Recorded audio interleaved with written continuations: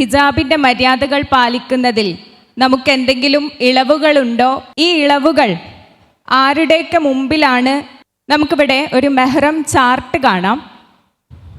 അതിൽ ഒന്നാമത്തേത് നമ്മുടെ ഉമ്മയും ഉപ്പയും. നമ്മുടെ ഉമ്മയുടെ സൈഡിൽ നിന്നുള്ള നമ്മളുടെ ഉമ്മയുടെ ഉമ്മയും, അതായത് നമ്മുടെ വല്യമ്മ, നമ്മളുടെ ഉമ്മയുടെ ഉപ്പ, നമ്മളുടെ വല്യുപ്പ. ഇതേപോലെ തന്നെ നമ്മളുടെ ഉമ്മയുടെ ഉമ്മ, അതുപോലെ ഉമ്മയുടെ ഉപ്പ. ഇതൊക്കെയാണ് നമുക്ക് മെഹ്റം എന്ന് പറയുന്നത്. മെഹ്റം എന്ന് പറഞ്ഞാൽ നമുക്ക് വിവാഹം നിഷിദ്ധമായിട്ടുള്ള ആളുകളാണ്. ഇവർക്ക് മുമ്പിൽ നമുക്ക് എന്ത് ചെയ്യാം? നമ്മളെ ഔറത്ത് കാണിക്കാം എന്നുള്ളതാണ് പറയുന്നത്. ഓക്കെ, അടുത്തത് നമ്മുടെ ഉപ്പയുടെ സൈഡിലേക്ക് വരാം. ഉപ്പയുടെ സിസ്റ്റർ, അതായത് ആൻറ്റി, നമ്മൾ അമ്മായി എന്നൊക്കെ പറയും അല്ലേ? ഈ അമ്മായി നമുക്ക് മെഹ്റമായിട്ട് പരിഗണിക്കാം. ഇനി അമ്മായിയുടെ ഹസ്ബൻഡ്, ഇത് നമുക്ക് മെഹ്റമല്ല. ഈ അമ്മായിയുടെ ഹസ്ബൻഡ് നമുക്ക് മെഹ്റമല്ല. അതിൽ നമ്മളെ ഉപ്പയുടെ ബ്രദർ, അതായത് നമ്മൾ എളാപ്പ മൂത്താപ്പ എന്നൊക്കെ പറയുന്ന ഉപ്പയുടെ ജ്യേഷ്ഠാനുജന്മാർ, ഇത് നമുക്ക് മെഹ്റമാണ്. അടുത്തത് നമ്മളുടെ ഉമ്മയുടെ സൈഡിലേക്ക് വരാം. ഉമ്മയുടെ അനിയത്തി അല്ലെങ്കിൽ ജ്യേഷ്ഠത്തി, നമ്മൾ എളാമ മൂത്തമ്മ എന്നൊക്കെ പറയും. ഇവർ നമുക്ക് മെഹ്റമാണ്.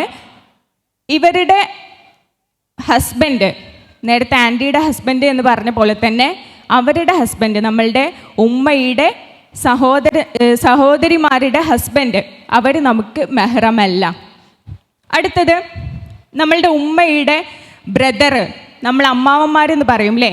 ഉമ്മയുടെ ജ്യേഷ്ഠനോ അല്ലെങ്കിൽ അനുജനോ, ഇവർ നമുക്ക് മെഹ്റമാണ് എന്ന് മനസ്സിലാക്കാം.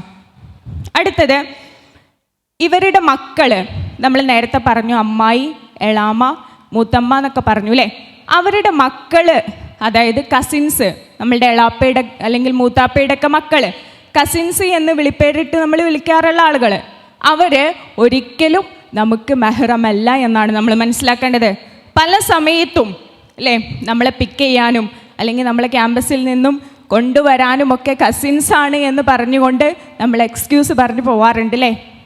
അവരുമായിട്ട് നമ്മൾ സമ്പർക്കം പുലർത്തുമ്പോൾ അന്യപുരുഷന്മാരുമായിട്ട് എങ്ങനെയാണോ നമ്മൾ സമ്പർക്കം പുലർത്തേണ്ടത് ആ രൂപത്തിൽ തന്നെ ആയിരിക്കണം എന്ന് പ്രത്യേകം മനസ്സിലാക്കാം. ഇനി അടുത്തത് നമ്മളെ ഹസ്ബൻഡ് മെഹ്റമാണ്. ഹസ്ബൻഡിൻ്റെ ഉമ്മയും ഉപ്പയും, mother in law and father in law, ഇവരും നമുക്ക് മെഹ്റമാണ്. എന്നാൽ ഈ ഹസ്ബൻഡിൻ്റെ ജ്യേഷ്ഠന്മാരോ അനിയന്മാരോ, നമ്മൾ മൂത്തച്ഛൻ, ഇളച്ചൻ എന്നൊക്കെ പറയും അല്ലേ? ഇവർ നമുക്ക് മെഹ്റമല്ല എന്നുള്ളത് മനസ്സിലാക്കുക. നമ്മളൊരു വീട്ടിലാണ് താമസിക്കുന്നത് എന്നുണ്ടെങ്കിൽ പോലും അവർ നമുക്ക് അന്യപുരുഷന്മാർ തന്നെയാണ്. ഇനി അടുത്തത് നമ്മളുടെ സിസ്റ്ററും ബ്രദറും, ഇത് നമുക്ക് മെഹ്റമാണ്. നമ്മളുടെ സിസ്റ്ററും ബ്രദറും നമുക്ക് മെഹ്റമാണ്. നമ്മളെ സിസ്റ്ററിൻ്റെ ഹസ്ബൻഡ്, അതായത് നമ്മൾ അളിയൻ എന്ന് പറയും അല്ലേ?